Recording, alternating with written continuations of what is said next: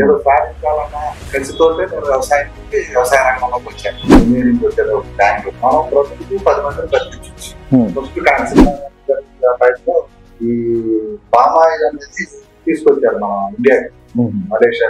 అందులో NRC board ఏర్పడింది. నేల స్వభావాన్ని మార్చొద్దు, నేలను పాడు చేయొద్దు. మన మంత్రి గారు తుమ్మల నాగేశ్వరరావు ఇంటర్ కల్టివేషన్ లో కోకో, జాజికాయ, ఒక్క ఆయన చూస్తే ముద్దేస్తుంది నాకు. నాన్నగారు ఆయన కూడా కలిసి చేశారు, పొగాకు వ్యవసాయం అంతా కూడా చేశారు.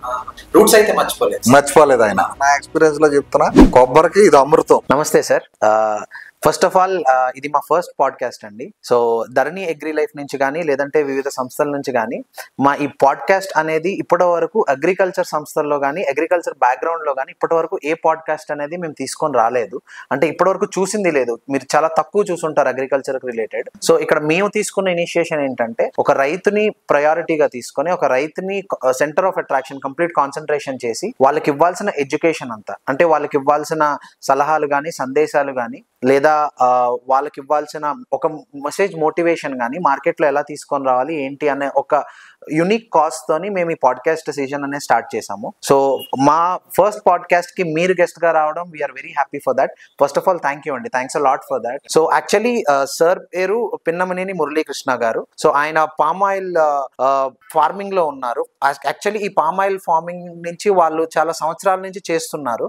సో యాక్చువల్లీ ఆయన ఏం చేస్తున్నారు, ఎలా చేశారు, అసలు ఆయనకున్న ఎడ్యుకేషన్ ఏంటి, దీని పట్ల ఆయన తాలూకా ఆలోచనలు ఏంటి అనేది మనం ఈరోజు క్లియర్ గా తెలుసుకుందాం ఈ పాడ్కాస్ట్ లో. So sir, first of all Muralikrishna గారు, మీ గురించి ఒక చిన్న గ్లింప్స్ చెప్పండి సార్. అసలు మీరు ఎక్కడి నుంచి వచ్చారు, what is your family background, so దాని గురించి ఒక చిన్న గ్లింప్స్ చెప్పండి సార్. నేను ఆంధ్రప్రదేశ్ పశ్చిమ గోదావరి జిల్లా మక్కినవారిగూడెం చిన్న పల్లెటూరు. ఓకే. అక్కడి నుంచి మా ప్రయాణం, మా స్వగ్రామం అది బేసికల్ గా వ్యవసాయ.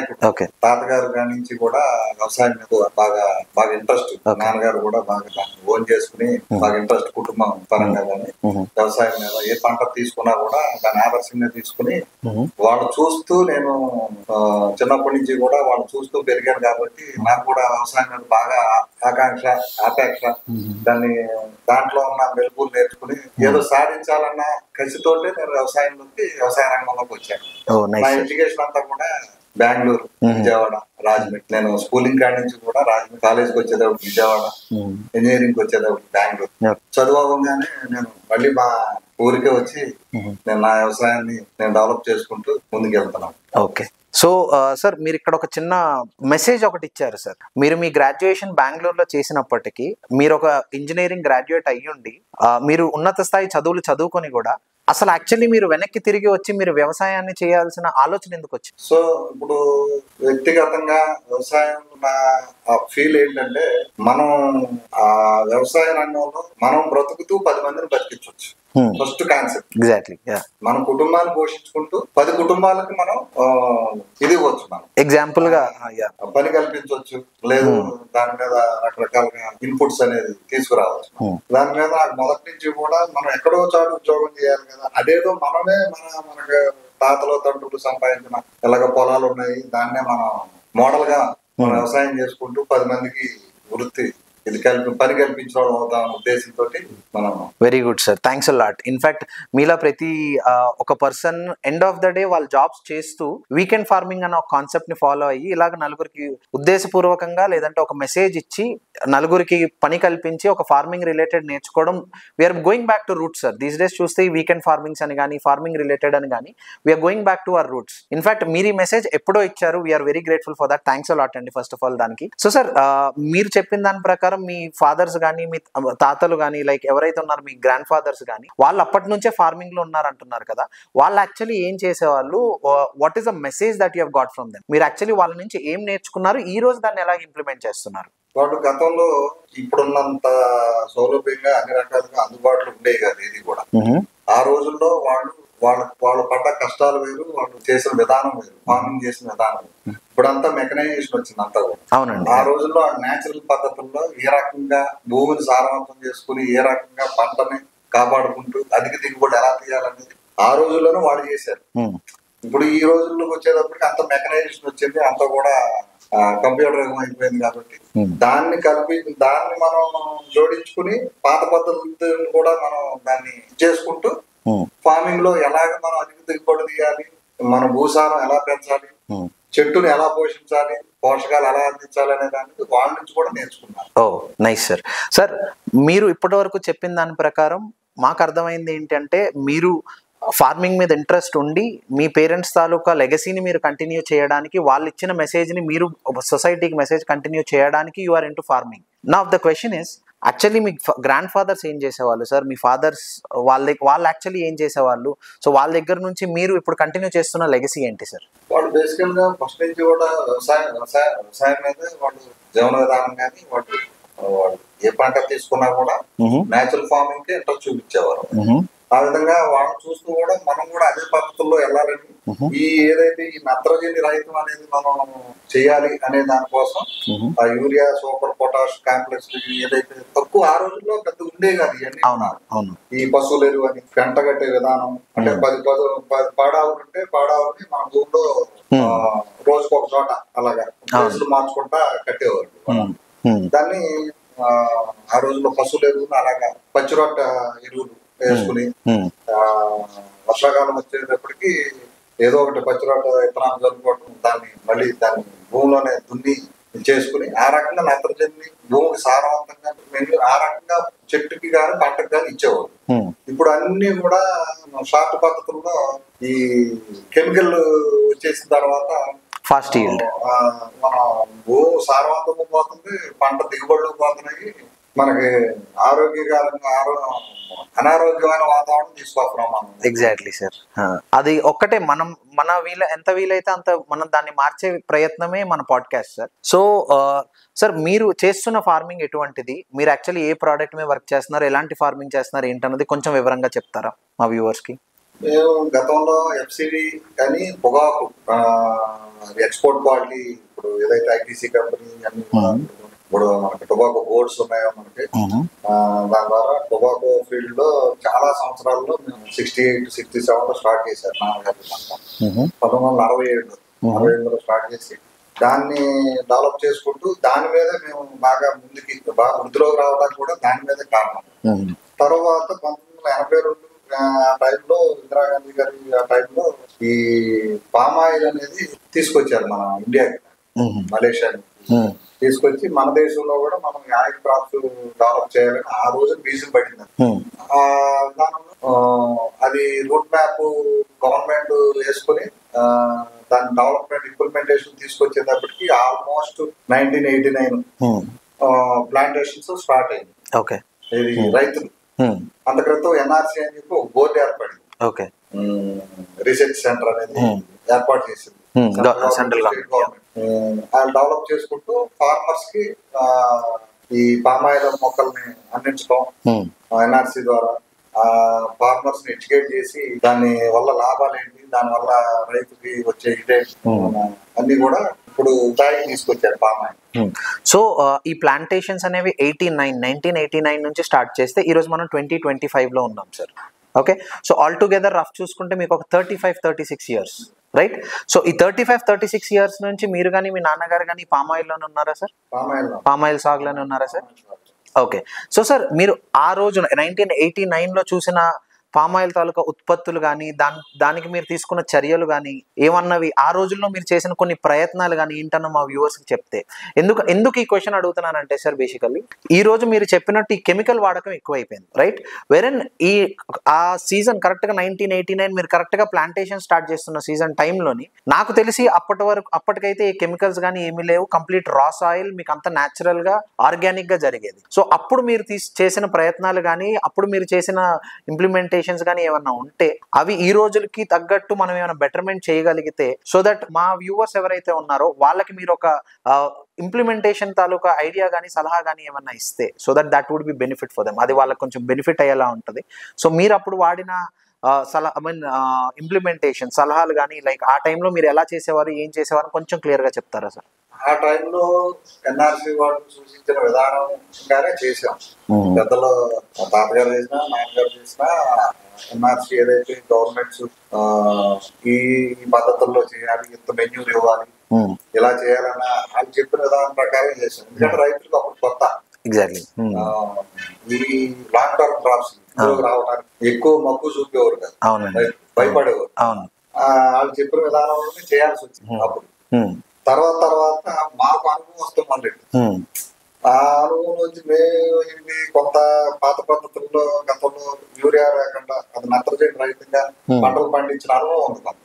సరే ఈ పామాయిల్ కూడా మనం ఎందుకు చేయకూడదు, దీన్ని కూడా మనం అనే ఉద్దేశంతో అక్కడ పచ్చిరొట్ట జనువులు లేకపోతే ఒకటి పచ్చిరొట్టకు సంబంధించిన విత్తనాలు జల్లుకోవడం, అక్కడే దాన్ని గ్రాస్ రీడర్స్ తోటి మనం కట్ చేసేసేసి అక్కడే దాని మీద మనం పశువుల ఎరువు ఏదో హీట్ తీసుకొచ్చి ఆ విధంగా ఆ ఆకుల్నే పామాయిల్ నుంచి కట్ చేసిన మనం ఆకుల్నే తీసుకొచ్చి అక్కడే కట్ చేసి మల్చింగ్ చేసేవాళ్ళం అక్కడ. ఆ మల్చింగ్ విధానంలో కొంత మాయిశ్చర్ కాపాడుకుంటూ ఎర్ర పుట్టేది మనం భూమిలోంచి గుల్లబారి ఎర్ర పుట్టి కొంత రూట్ డెవలప్మెంట్ అది బాగుండేది. రాను ఆ ఏదైతే ప్రభుత్వం రికమెండేషన్ చేసిన ఆ కెమికల్స్ మందులు ఎరువులు ఉన్నాయో దాన్ని తగ్గించుకుంటూ మేము ఈ ప్రాసెస్ లోకి ఎక్కువ వెళ్ళాము. ఈ విధానం వెళ్తూ లాంగ్ రన్ లో దీనికి కావాల్సిన ఇంకా ఏంటి అనేది మేము సెట్ చేసుకుంటుంటే మనకి ఈ ఆర్గానిక్ కంపెనీలు కూడా నేను ఇందులో సెట్ చేసుకున్నాను. Okay sir. అప్పుడు నేను ఈ ధరణి శుద్ధి అనేది అవని శుద్ధి, ధరణి శుద్ధి రకరకాలు ఉన్నాయి బ్రాండ్స్. అవును అవును. నేను ధరణి శుద్ధి అనేది నేను తీసుకుని ఒక 20 acres నాకున్న పొలంలో 20 acres ని 1 year కంప్లీట్ నేను యూరియా రైతు నత్రజని అలా కెమికల్స్ లేకుండా చేయాలనే ఉద్దేశంతో ఫస్ట్ ధరణి శుద్ధి నేను ఫస్ట్ సాయిల్ కండిషన్ కి నేను ఉపయోగించుకున్నాను. ఆ ఉపయోగించుకున్న విధానంలో ఎవ్రీ మంత్ 2 times 3 times ఇచ్చేవాడిని. అలా 5 months ఇచ్చిన తర్వాత దీన్ని ఇంకా లోటుపాట్లు కనపడ్డాయి.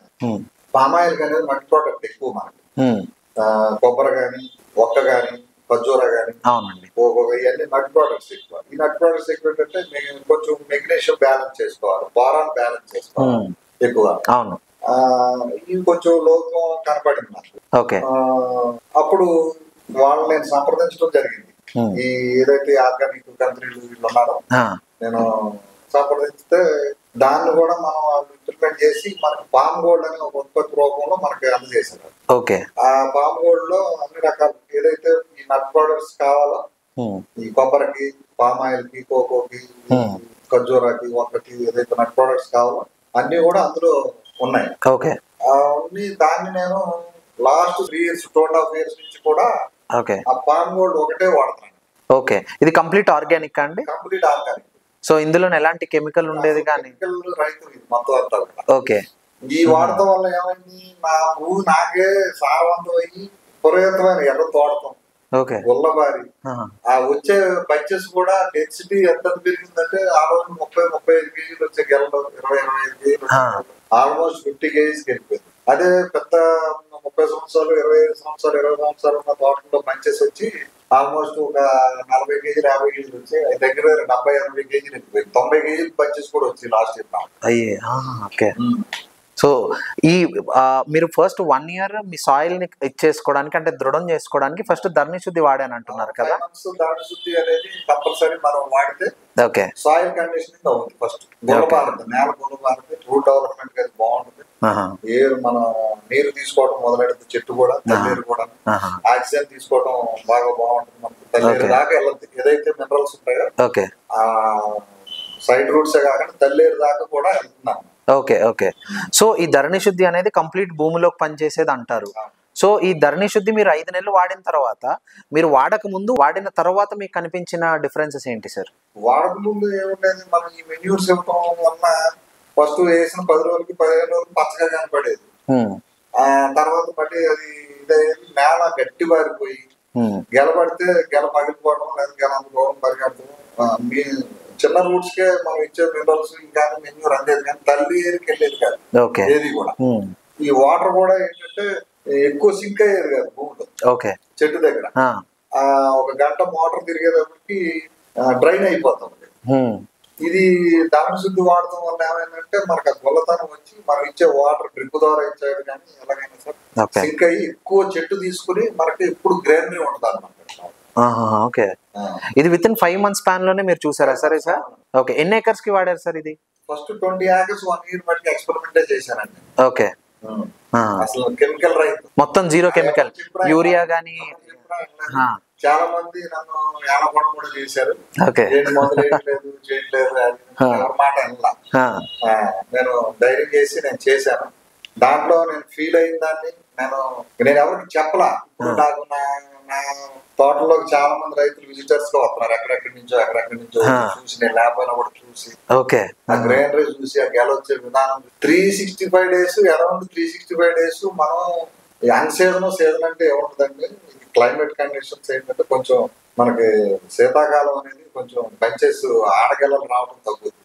ఇది నట్ ప్రొడక్ట్స్ లో ఆడగెలలు రావడం తగ్గుతుంది, పోతిగెలలు వస్తాయి. పోతిగెలలు వచ్చినప్పుడు ఫర్మెంటేషన్ అవుతుంది, క్రాసింగ్ అనేది పోతిగెల కంపల్సరీ రావాలి. కాకపోతే ఈ పామ్ గోల్డ్ ఈ వాడటం, ఈ ఆర్గానిక్ వెళ్ళిపోవడం వలన పోతిగెల శాతం కూడా తగ్గి మనకి క్రాసింగ్ పురుగు కూడా మన తోటలో చాలా గ్రీనరీ ఉండడం వల్ల, పచ్చదనం ఉండడం వల్ల మనకి తగ్గింది. ఆ సూర్యరశ్మి ఫిల్టరైజేషన్ జరిగి మనకి చాలా బాగుంటుంది. సో ఈ 5 నెలల్లో మీరు చూసిన డిఫరెన్సెస్ క్లియర్ గా చెప్పారు కదా సార్. సో మీరు అంటున్న ఈ క్లైమాటిక్ కండిషన్స్ ఏవైతే ఉన్నాయో, అంటే ఈ వాతావరణం వల్ల కలిగే సిచ్యువేషన్స్ కానీ, వాతావరణం వల్ల కలిగే పరిస్థితులు కానీ మీ పామాయిల్ తోటలోని మీరు అంటున్నట్టు ఈ శీతాకాలంలో కొంచెం అప్స్ అండ్ డౌన్స్, ఎడుదొడుగులు ఉంటాయి అని మీరు అంటున్నారు. మిగిలిన కాలంలోని మీరు చేసిన ప్రొసీజర్స్ ఏంటి, అంటే మీరు ఎలా చూసుకునే వాళ్ళు మీ పంటని, సో మీరు చేసిన ప్రొసీజర్స్ ఏంటి, దాన్ని మీరు ఈ శీతాకాలం అనే సిచ్యువేషన్ ని ఓవర్కమ్ చేయడానికి, అంటే దాన్ని దాటుకుని వెళ్ళడానికి మీరు మీరు చేయాలనుకున్న ముందస్తు చర్యలు, తీసుకున్న ముందస్తు చర్యలు ఏంటండి? దీనికి శీతాకాలం, వర్షాకాలం, వేసవికాలం అనేది ఏముండదండి. సీజన్ అంటే కొంచెం ఆడగల శాతం తగ్గుద్ది శీతాకాలం. దీనికి చేయాల్సింది 365 రోజులు చేయాలి. ఇది మనం వాటర్ ఇవ్వాలన్నా, ఇది మనం ఏదో ఆర్గానిక్ వెజిటేషన్ ఇవ్వాలన్నా, ప్రతి నెలకోసారి ఆర్గానిక్ మనం ఇది ఇవ్వాల్సిందే, దానికి ఫీడింగ్ ఇవ్వాల్సిందే, మదర్ ఫీడింగ్ ఇచ్చినట్టు ఇవ్వాల్సిందే నెలకు ఒకసారి. ఈ డ్రిప్ మేనేజ్మెంట్ అనేది చక్కగా మనం చూసుకోవాలి. రైతు అనేది చూసుకోవాల్సిందే, వాటర్ సరిగ్గా వెళ్తుందా, ఇన్ని లీటర్లు నీళ్ళు వెళ్ళాలనేది ఉంటుంది వయసుని బట్టి. రోజుకి ఇన్ని లీటర్లు నీళ్ళు వెళ్ళాలి. వర్షాకాలం మనం పెద్దగా వాటర్ వేయాల్సిన పని లేదు, నేచురల్ గానే సరిపోతాం. నేచురల్ గా ఎక్కువ మే నెల నుంచి ఎక్కువ మనకి దిగుబడి ఎక్కువ స్టార్ట్ అవుతుంది, ఏప్రిల్ ఎండింగ్ నుంచి మే నెల నుంచి ఆల్మోస్ట్ అక్టోబర్ దాకా కూడా బాగా బంచెస్ రావడం, దిగుబడి ఎక్కువ వస్తుంది. Nice sir. ఓకే. సో ఈ ధరణి శుద్ధి 5 నెలలు వాడిన తర్వాత మీరు గత 3 సంవత్సరాల నుంచి పామ్ గోల్డ్ అనే ప్రోడక్ట్ వాడాను అని చెప్తున్నారు కదా సార్. సో ఆ పామ్ గోల్డ్ మీరు వాడాల్సి ఎందుకు వచ్చింది, ఒకవేళ పామ్ గోల్డ్ మీరు వాడిన తర్వాత మీరు చూసిన డిఫరెన్సెస్ ఏంటో చెప్పగలుగుతారా? పామ్ గోల్డ్ వాడటానికి కారణం ఏంటంటే మెగ్నీషియం, బోరాన్ బ్యాలెన్స్ చేసుకోవాలండి నెట్ ప్రొడక్ట్స్. నాకు ఈ ధరణి శుద్ధిలో సాయిల్ కండిషన్ బాగా తయారైంది, ఎర్రపడుతుంది, గొల్లతనం వచ్చింది, నేచురల్ గా నీరు తీసుకుంటుంది, ఆక్సిజన్ తీసుకోవడం కానీ, ఫిల్టరైజేషన్ కానీ అంతా కూడా బాగుంది. బట్ దానికి నట్ ప్రొడక్ట్ ఏదైనా సరే మెగ్నీషియం, బోరాన్ కంపల్సరీ బ్యాలెన్స్ చేయాలి. అది ఎవ్రీ 2 months కి 3 months కి మనం ఇవ్వాల్సిందే. ఇది పామ్ గోల్డ్ మెగ్నీషియం, బోరాన్. దాన్ని మనం ఈ కంపెనీ వాళ్ళతో సంప్రదిస్తే వాళ్ళు ఏం చేశారంటే ఈ మెగ్నీషియం, బోరాన్ ఇది చేసుకుంటూ దానికి కావాల్సిన పొటాష్, మ్యూరేట్ ఆఫ్ పొటాష్ కూడా కావాలి దానికి. దాని తదనంగా సూపర్ ఫాస్ఫేట్ కావాలి, అవన్నీ కెమికల్స్, నత్రజని కావాలి. సరే వీళ్ళు ఏం చేశారు, ఆర్గానిక్ లో మ్యూరేట్ ఆఫ్ పొటాష్ ఎంత ఇవ్వాలి, అది ఏ సంవత్సరం క్రాప్ కి ఎంత ఇవ్వాలి, అది మనకి కెమికల్ రూపంలో కాదు, ఆర్గానిక్ రూపం. సూపర్ ఫాస్ఫేట్ ఎంత ఇవ్వాలి, ఈ వయసు తోటకి ఎంత ఇవ్వాలి, ఈ వయసు తోటకి ఎంత ఇవ్వాలి, మెగ్నీషియం ఎంత ఇవ్వాలి, అలాగా బోరాన్ ఎంత ఇవ్వాలంటే బ్యాలెన్స్ చేసుకుని వీళ్ళు ఆర్గానిక్ రూపంలో మొత్తం అన్ని కూడా పామ్ గోల్డ్ లోనే ఇచ్చేసి పర్ ఏకర్ కి every month 5 kgs packet. Water soluble, completely water soluble, complete water soluble. 1 acre కి అంటే 5 kgs. ఓకే. ఎలాంటి ఫ్రీక్వెన్సీస్ లో వేయాలి, అంటే మీరు ఎలా వాడారు ఏంటి అన్న చెప్పగలిగితే క్లియర్ గా, సో దట్ మా వ్యూవర్స్ ఎవరైతే ఉన్నారో వాళ్ళు ట్రై చేసి, అంటే మీరు ఎలాగ ఎక్స్పెరిమెంట్ చేశారు, ఒక 20 acres కి మీరు ఎక్స్పెరిమెంట్ చేశారు అంటున్నారు కదా, సో అలా ఒక వ్యూవర్ గానీ డేర్ స్టెప్ తీసుకొని ఒక 1 acre కి చేసినా సరే ఎలా చేయాలి, ఏం చేయాలని మీరు ఏ ఫార్మర్ అయినా సరే ఒక 10 ఎకరాలు రైతున్నారు అనుకోండి, 1 ఎకరానికి ఈ దాని శుద్ధ ఈ పామ్ గోల్డ్ చేసుకోవచ్చు. చేసుకుని ఆ డిఫరెన్స్ చూసుకోవచ్చు. విత్ ఇన్ 2 months లో మీకు ఆ డిఫరెన్స్ కనపడుతుంది. సాయిల్ కండిషన్ కానీ, ఆ చెట్టు మనకి వచ్చే విధానం కానీ, బంచెస్ వచ్చే విధానం మీకు ఆటోమేటిక్ గా రైతుకే అర్థమైపోతుంది. ఇంకా అతని ఎక్స్పీరియన్స్ ఉన్న 9 ఎకరాలు కూడా చేసుకుంటాడు. రైట్ సార్, చెప్పక్కర్లేదు, మార్కెటింగ్ కరెక్టే సార్. కాకపోతే నేను అడిగిన క్వశ్చన్ యాక్చువల్లీ ఏంటంటే సార్, పామ్ గోల్డ్ అనే ప్రోడక్ట్ మీరు వాడానన్నారు కదా, అది ఎలా వాడారు, ఏ రకంగా? ఇప్పుడు వాటర్ సాల్యుబుల్ అన్నారు కదా, ఎలాంటి ఫ్రీక్వెన్సీస్ లోని యూజ్ చేశారు? ఎవ్రీ 1 month కి ఒక 5 kgs ప్యాకెట్ అంటున్నారు కదా సార్, పర్ ఏకర్ కి ఎవ్రీ 1 month కి ఒక 5 kgs ప్యాకెట్ అంటున్నారు. సో విత్ ఇన్ ఇది కంప్లీట్ గా సీక్వెన్స్ ఆఫ్ 6 months వాడాలన్నా, 1 year వాడాలన్నా, లేదంటే 1 సంవత్సరం 2 సంవత్సరాలు వాడాలన్నా, డిఫరెన్స్ అయితే 2 months కి మీకు తెలుస్తుంది అంటున్నారు. కెమికల్స్ అనేది మీరు పంట వేసిన తర్వాత ఇచ్చుకుంటానే వెళ్ళాలి. అవునండి, ఇది కూడా అంతే. ఇప్పుడు ఆర్గానిక్ అనేది మన మదర్ ఫీడింగ్ లాంటిది. ఇది కూడా ఇప్పుడు ప్రతి నెల స్పూన్ ఫీడింగ్ లాగా ఇవ్వాల్సింది. అది ఖర్చుతో కూడుకున్నది కూడా కాదు. లేబర్ మేనేజ్మెంట్ కూడా ఫ్రీ. అది బాగా 10 ఎకరాల రైతు సొంతంగా రైతే చేసుకోవచ్చు. ఈ పామ్ గోల్డ్ ధరణి శుద్ధి 10 ప్యాకెట్లు అంటే 50 kg, ఎంత బరువు కూడా కాదు. అవునండి, అతనే వెళ్ళి ఒక ట్యాంక్ లో కలిపేసుకోవచ్చు. వాటర్ సాల్యుబుల్ 10 ఎకరాలకు ఒక గంటన్నరలో అంతా అయిపోతుంది. మొత్తం ఫీడింగ్ మిక్సింగ్ అంతా అయిపోతుంది. 4 రోజుల వరకు మళ్ళీ దాన్ని చూడక్కర్లా మనం. ఓకే. సో సార్, మీరు గత ఇన్ఫ్ ఐఎమ్ నాట్ రాంగ్, మీరు గత 4 సంవత్సరాల నుంచి, 1 సంవత్సరం ధరణి శుద్ధి కానీ, 3 సంవత్సరాలు పామ్ గోల్డ్ కానీ, గత 4 సంవత్సరాల నుంచి 2 ప్రోడక్ట్లు మీరు వాడుతున్నా అంటున్నారు కదా. 4 సంవత్సరాల ముందు వరకు మీ దిగుబడి ఎలా ఉండేది? ఈ రోజు 4 సంవత్సరాలు ఈ 2 ప్రోడక్ట్లు వాడిన తర్వాత ఈ రోజు మీ దిగుబడి ఎలా ఉంది? గతంలో కూడా 10 టన్నులు, 11 టన్నులు, 12 టన్నులు తీసిన సంవత్సరం ఉంది, కానీ కాన్స్టెంట్ గా లేదు. ఈ సంవత్సరం బాగా దిగుబడి వచ్చింది అనుకోండి, వచ్చే సంవత్సరం కొంచెం తగ్గేది, 9, 8 లేకపోతే అలా వచ్చింది. ఇప్పుడు ఇది వాడటం కానించి ఫ్రీక్వెంట్ గా ఏంటంటే స్టేబుల్ గా ఉంటుంది. అది వచ్చే దిగుబడి అనేది 12 టన్నులు వచ్చినా, 13 టన్నులు వచ్చినా, 10 టన్నులు వచ్చినా స్టేబుల్ గా ఉంటుంది. సో గత 4 సంవత్సరాల నుంచి మీరు స్టేబుల్ ఈల్డ్ అయితే తీస్తున్నారు. ఆ ఉత్పత్తి ఏదైతే మీరు ఇవ్వగలుగుతున్నారో అది స్టేబుల్ గా ఉందంటున్నారు. గత 2 సంవత్సరాలు 3 సంవత్సరాలు మన ఇండియా వాతావరణ కండిషన్ ప్రకారం అధిక ఉష్ణోగ్రతలు ఉంటాం, రైన్ ఫాల్ అనేది అనీవెన్ రైన్ ఫాల్ ఉంటాం, పడాల్సిన టైంలో పడకుండా ఎక్కువ టెంపరేచర్స్, ఈ ఆయిల్ క్రాప్స్ ఏంటంటే 40-42 degrees దాటిన తర్వాత కొంచెం ఇబ్బంది ఉంటుంది. లాస్ట్ 3 years నుంచి కూడా మనం 45-46 కూడా చూసాం.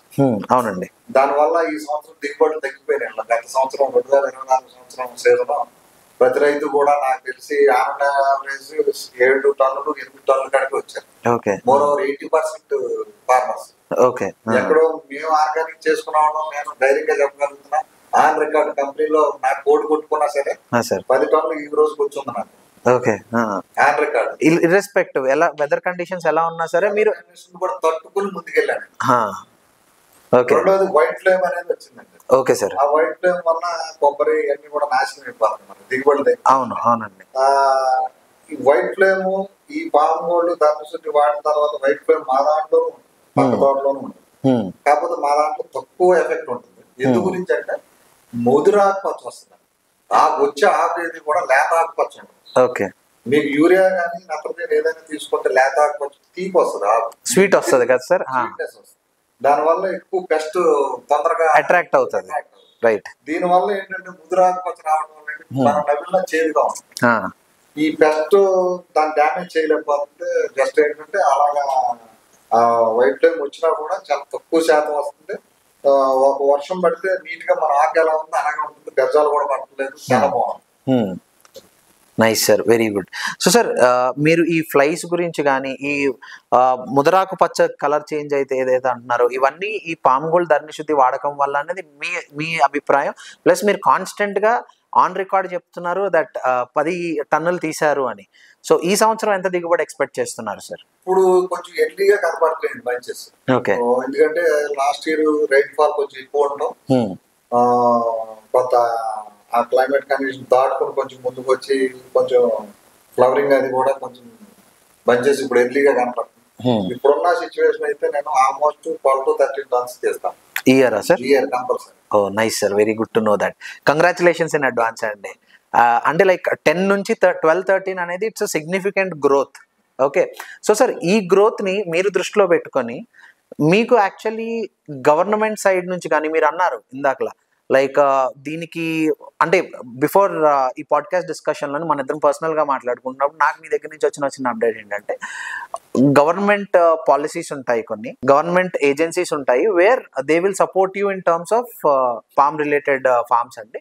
సో ఈ కల్టివేషన్ లోని గవర్నమెంట్ సైడ్ నుంచి మీకు ప్రస్తుతానికి వచ్చిన సపోర్ట్స్ ఏంటండి? యాక్చువల్గా మొట్టమొదటి నుంచి కూడా సెంట్రల్ గవర్నమెంట్ కానీ ఇటు ఆంధ్ర తెలంగాణ ఇప్పుడు విడిపోయాం కాబట్టి గత ఉమ్మడి ఆంధ్రప్రదేశ్ లో కూడా ప్రభుత్వం సపోర్టు 100% పామ్ ఆయిల్ క్రాప్ కు ఉందండి. ఓకే, ఆ రోజున మొక్క సబ్సిడీ మీద ఇచ్చారు, ఎరువులు సబ్సిడీ మీద ఇచ్చారు, డ్రిప్ ఇరిగేషన్ సబ్సిడీ మీద ఇచ్చారు. దాని ఎంకరేజ్ చేయడం కూడా ప్రభుత్వాల ఎంకరేజ్మెంట్ కూడా బాగానే ఉంది. ఆ రేటు కూడా ప్రభుత్వాలే నిర్ణయిస్తాయి. ఇది రైతుకి ఏ రకంగా చూసినా కూడా బ్యాక్ బోన్ గా ప్రభుత్వాలు ఉన్నాయి. ఏ ప్రభుత్వమైనా ఉన్నాం, okay, irrespective of parties, irrespective any given day government మీకోసం అయితే ఉంది. పామ్ ఆయిల్ కల్టివేట్ చేసే ప్రతి రైతు కోసం గవర్నమెంట్ అయితే ఉందని మీ నిలబడింది. ఓకే, ఈ రోజు వరకు నిలబడింది. Nice sir, good to know that. So sir, ఈ పర్టికులర్ కల్టివేషన్ లోని మీకు వచ్చే గవర్నమెంట్ సైడ్ నుంచి వచ్చే బెనిఫిట్స్ లైక్ ది ఇన్సెంటివ్స్ కానీ స్కీమ్స్ కానీ ఏంటన్నది కొంచెం క్లియర్ గా చెప్తారా సార్? మోర్ ఓవర్ ఏంటంటే ఇన్సెంటివ్స్ అంటే ఏముండదు దానికి. ఫస్ట్ 3 years ప్రభుత్వాలు స్పౌట్ మొక్కల సబ్సిడీ మీద ఇస్తారు ఫార్మర్. ఓకే. రెండవది మెన్యూర్ కూడా సబ్సిడీ మీద ఇస్తారు. ఓకే. తర్వాత డ్రిప్ ఇరిగేషన్ సంబంధించిన కూడా సబ్సిడీ మీద ఇస్తారు. ఓకే. ఇప్పటికి ఈ రోజుకి ఆ డ్రిప్ ఓకే నైస్ సార్. ఏ ప్రభుత్వం తీయలేదు. ఓకే, అది ప్రతి ఫార్మర్ కి లేదా మనకి ఆంధ్ర తెలంగాణలో కూడా కంటిన్యూ అవుతానే ఉంది. Okay, very good sir. చెప్పండి సార్. సో సార్, ఈ ప్రాసెస్ లో ఇప్పుడు కొత్తగా ఒకరు ఫార్మింగ్ చేయాలి అని యూత్ ఎవరైనా డిసైడ్ అయ్యారు అనుకోండి సార్, సో మీరు వాళ్ళకి ఈ పామ్ ఆయిల్ కల్టివేషన్ లోని స్టెప్ బై స్టెప్ ఏం చేయాలి అని చిన్న గ్లిమ్స్ ఇస్తారా సార్? ఇప్పుడు పామ్ ఆయిల్ కల్టివేషన్ లో పెద్దగా మనం కష్టపడే ఇదైతే పంట అయితే కాదండి. ఎవరైనా ఫార్మర్స్ దాన్ని మన సాయిల్ కండిషన్ సూట్ అవుతుంది అనుకుంటే మనకి ఎన్ఆర్సీ వాళ్ళు అది రీసెర్చ్ సెంటర్ ప్రభుత్వం మనకి సపోర్ట్ చేస్తారండి. Okay sir. ఆల్రెడీ ప్రభుత్వాలు కూడా జోన్ డివైడ్ చేసి ప్రైవేటు ఏజెన్సీకి ఫ్యాక్టరీలకి అనుమతి ఇచ్చి వాళ్ళ ద్వారా డెవలప్మెంట్ ఫార్మర్స్ ఆ ఏరియా మండలాలు డెవలప్ చేస్తారు. ఓకే. ఓకే. సో ఈ పర్టికులర్ ఏజెన్సీస్ అప్రోచ్ అయ్యే విధానం ఏమన్నా ఉందా సార్ మీకు తెలిసి? వాళ్ళే అప్రోచ్ అవుతారు. మనకి గవర్నమెంట్ నుంచి హార్టికల్చర్ వాళ్ళే సజెషన్ చేస్తారు ఫార్మర్. ఓకే. ఇప్పుడు మీకు మొక్క ఇస్తాము, మీరు మీకు 5 ఎకరాలు ఉంది కాబట్టి వేయండి, మీకు సబ్సిడీ ఇస్తాము అన్నది. తర్వాత నెక్స్ట్ కంపెనీ వాళ్ళు కూడా వాళ్ళు మనం కటింగ్ చేసిన బంచెస్ అవి ఉంటాయి కదా, పాయింట్లు పెట్టుకుంటారు అన్నది. ఓకే. ఎక్కడికక్కడ రైతుకి సౌలభ్యంగా. ఒక దూరం అయితే ట్రాన్స్పోర్ట్ కూడా ఇస్తున్నారు. ఓకే. ఎంత లాంగ్ అయినా ట్రాన్స్పోర్టేషన్ ట్రాన్స్పోర్ట్ కూడా ఇస్తారు. ఓకే. నా పొలం ఫ్యాక్టరీ దూరం ఎక్కడన్నా దూరంగా ఉంది కొంచెం, దానికి ఇన్ని కిలోమీటర్లకి ఎంత ట్రాన్స్పోర్ట్ అనేది కూడా ఫార్మర్ కి 1 టన్నుకి ఇంత రేట్ అని ఇచ్చేస్తున్నారు. అచ్చా, ఓకే. ఎంత ఇంటీరియర్స్ కైనా వస్తున్నారా సార్? సరే కనెక్షన్ పాయింట్స్ ఉంటాయండి. ఓకే. మనం రైతు తీసుకెళ్ళి డబ్ చేసినా కూడా మనకు ట్రాన్స్పోర్ట్ ఇస్తాం. ఓకే, మనం ఓన్ వెహికల్స్ లో తీసుకుని వెళ్ళి డంప్ చేసినా సరే మనకు ఆ ట్రాన్స్పోర్టేషన్ అవన్నీ రియంబర్స్ చేస్తారు ఫ్యాక్టరీ సైడ్ నుంచి. Okay, nice sir, very good. So sir, మీరు స్టార్ట్ చేసే టైంకి అంటే మీరు 89లోని ఈ ప్లాంటేషన్స్ ఏవైతే ఉన్నాయో అప్పుడు స్టార్ట్ చేశారు అని మీరు కానీ మీ ఫాదర్ కానీ స్టార్ట్ చేశారని మీరు చెప్పారు కదా. సో ఆ టైం నుంచి జరిగిన కల్టివేషన్లని మీరు ఇప్పటి వరకు చూసిన ప్రైస్ డిఫరెన్సెస్ ఏమున్నాయి సార్? ప్రైస్ ఆ రోజున 1600 అలా ఉండేది టన్ను. Sir sorry to cut you in between, 89లో మీరు ప్లాంటేషన్ స్టార్ట్ చేశారు కదా, మీరు ఫస్ట్ ఈల్డ్ ఎన్ని సంవత్సరాలు పట్టింది సార్ మీరు తీయడానికి? ఫస్ట్ ఈల్డ్ వచ్చేటప్పుడు కానీ యాక్యురేట్ ఈల్డ్ వచ్చేటప్పటికి 4th year కానీ స్టార్ట్ అవుతుందండి. ఆల్మోస్ట్ కొంచెం 3rd year లోనే కొంచెం బంచెస్ వస్తాయి కానీ అవి పెద్ద ఏం కాదు. ఒక 1 టన్ను ఎకరానికి వచ్చేటప్పటికి అలా వస్తుంది. 4th year వచ్చేటప్పటికి పర్ ఏకర్ 2 to 3 tons తీయొచ్చు. 4.5 years. ఓకే. 5th year వచ్చేటప్పటికి 5 to 8 tons తీయొచ్చు. 5th year వచ్చేది. Okay, 5th year K 5 to 5 టన్నుల నుంచి 8 టన్నుల దాకా అక్కడ soil condition, climate conditions base చేసుకుని, అంటే అన్ని సాయిల్స్ లో ఒక రకమైన దిగుబడి రాదండి. అంతేనండి, రైట్. అన్ని సాయిల్స్ అది ఉండే పట్టుబట్టి సాయిల్ తాలూకా మోరోవర్ 6th 7th ఇయర్ వచ్చినప్పటికి 10 నుంచి 12 రైతు చేసే విధానాన్ని బట్టి క్లైమేట్ కండిషన్స్ బట్టి వాళ్ళు ఫాలో అయ్యే కల్టివేషన్ ఇంప్లిమెంటేషన్స్ బట్టి ఈల్డ్ పెరుగుతానే. Okay sir. So coming back again to the same point. So మీరు అన్నట్టు ఒక 5 years అంటే 94-95 కి ఈ 1600 ప్రైజింగ్ అనేది ఉందా సార్? ఉందండి. సో అక్కడ నుంచి ప్రైస్ వేరియేషన్స్ చెప్పండి సార్. 1600 ఉంటే అప్పుడు ఏం చేసేవాళ్ళకి రైతు గిట్టుబాటు అవ్వట్లేదు అని చెప్పి సెంట్రల్ గవర్నమెంట్ ఒక 450 రూపాయలు, స్టేట్ గవర్నమెంట్ ఒక 450 రూపాయలు ఓకే కలిపి ఇచ్చేవారు అన్నమాట. ఓకే. సో ఓవరాల్ గా 2700 కానీ మాకు గిట్టుబాటు అయ్యే ధర ఇచ్చేవారు. Okay okay. అది రాను రాను 3000, 3300, 3500 అలాగే ఉంటాము. ఓకే. తర్వాత 4000, 6000. ఇవాళ ఈ రోజున వచ్చేటప్పటికి టన్ను 20,500 ఉంది. 20,500 సార్. కరోనా టైంలో అయితే దగ్గర 24,000, 23,000 కూడా చూసాం. Okay. So with in a span of this 20 years 95 25 లో 30 years స్పాన్ అనుకోండి. With in the span of this 30 years so almost మీరు లైక్ 100% 2,700 20,000 కరోనా టైంలో 24-25,000 23-24 అంటే almost 90% rapid growth, right sir? So ఈ ర్యాపిడ్ గ్రోత్ ఇంప్లిమెంటేషన్స్ ఏవైతే ఉన్నాయో ఈ particular price changes కానీ ఈ రోజు కానీ ఏ రోజు రైతు అనే వాళ్ళు ఇబ్బంది పడలేదా అండి? రైతు ఇందులో ఇబ్బంది పడతారు. గ్రోత్ అయితే సారీ సార్, గ్రోత్ అయితే చాలా ర్యాపిడ్ గా కనిపిస్తుంది.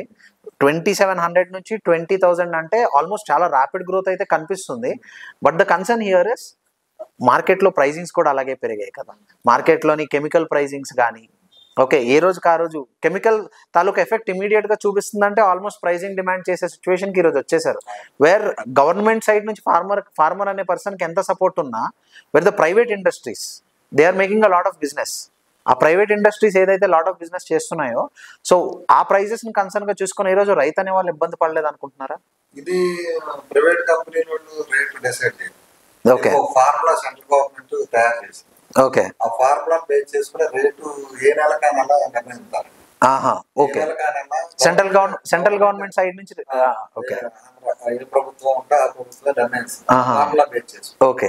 అది దాని మీద ఏంటంటే కంపెనీ కూడా కంపల్సరీ ఆ రేట్ ఇవ్వాల్సింది. ఓకే. కంపెనీ సొంతంగా రేట్ ఇవ్వడానికి లేదు. ఓకే. సో మీరు చెప్పిన స్టేట్మెంట్ గవర్నమెంట్ సెంట్రల్ గవర్నమెంట్ కానీ స్టేట్ గవర్నమెంట్ కానీ రైట్ ఫ్రమ్ డే 1 1989 నుంచి ఈ రోజు వరకు కంప్లీట్ సపోర్ట్ ఉంది అంటున్నారు, రైట్ సార్? సో సార్ ఇన్ని డిస్కస్ చేసాము కదా, మీరు యాక్చువల్లీ గవర్నమెంట్ సైడ్ నుంచి మీరు ఫిక్స్డ్ ప్రైసింగ్ అనేది ఎక్స్పెక్ట్ చేస్తున్నారు. ఒక డెడికేటెడ్ గా ఒక నెంబర్ అనేది గవర్నమెంట్ సైడ్ నుంచి సపోర్ట్ వస్తుంది.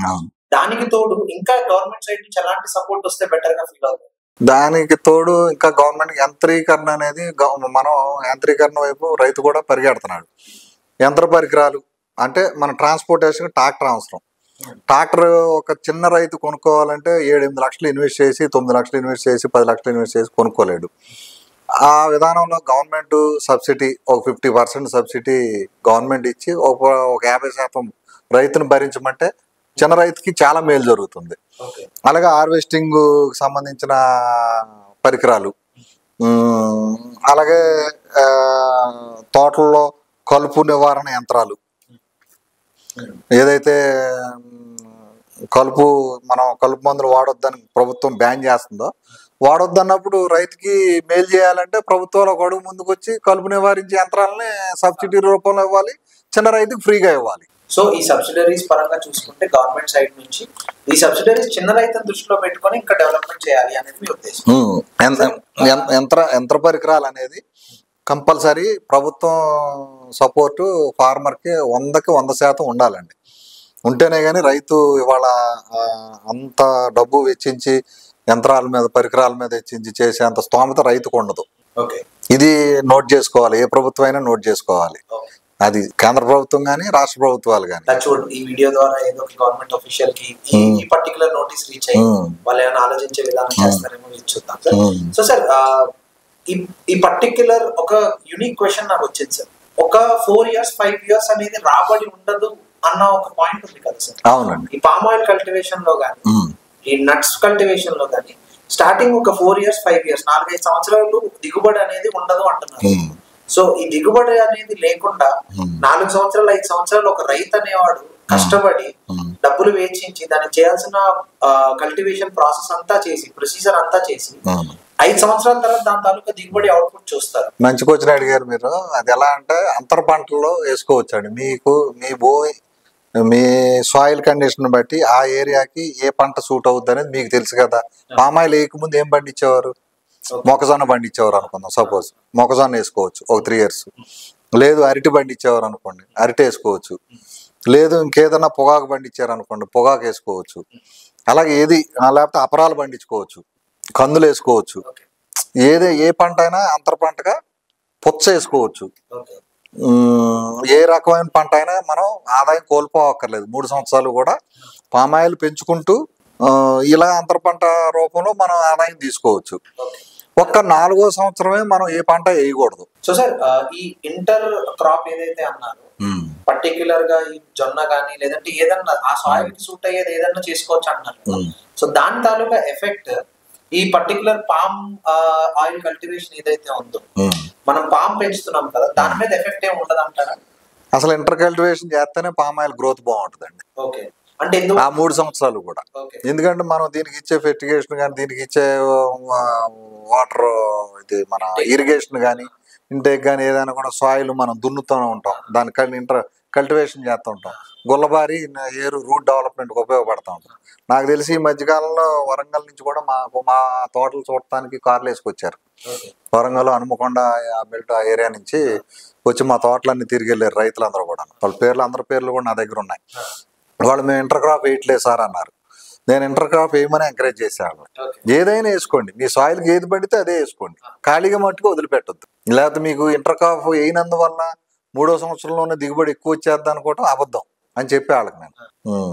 సో ఇంటర్ క్రాప్ ఏమని మీ సజెషన్ అయితే అవును, ఏ రాష్ట్రం అయినా సరే ఇర్రెస్పెక్టివ్, అది ఆంధ్ర తెలంగాణ కానీ మన నార్త్ ఇండియా సౌత్ ఇండియా ఎక్కడన్నా కానీ వరల్డ్ వైడ్ అన్నా.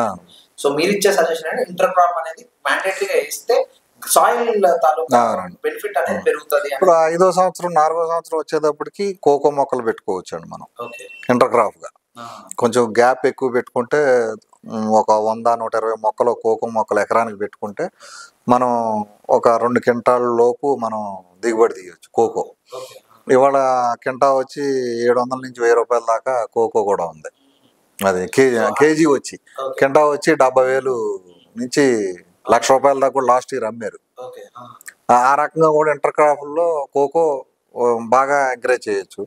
రెండోది ఒక్క కూడా ఒక రో పెట్టుకోవచ్చు అండి ఇంటర్ క్రాప్. మూడోది ఇంకా రకరకాలు, ఇప్పుడు జాజికాయ కూడా వేసుకోవచ్చు అండి మనం. నాకు తెలిసి మాకు దగ్గరలోనే మన మంత్రి గారు తుమ్మల నాగేశ్వరరావు గారు ఇంటర్ కల్టివేషన్ లో కోకో, జాజికాయ, ఆయన చూస్తే ముద్దేస్తుంది నాకు. నాన్నగారు ఆయన కూడా కలిసి చేశారు, పొగాకు వ్యవసాయం అంతా కూడా చేశారు గతంలో.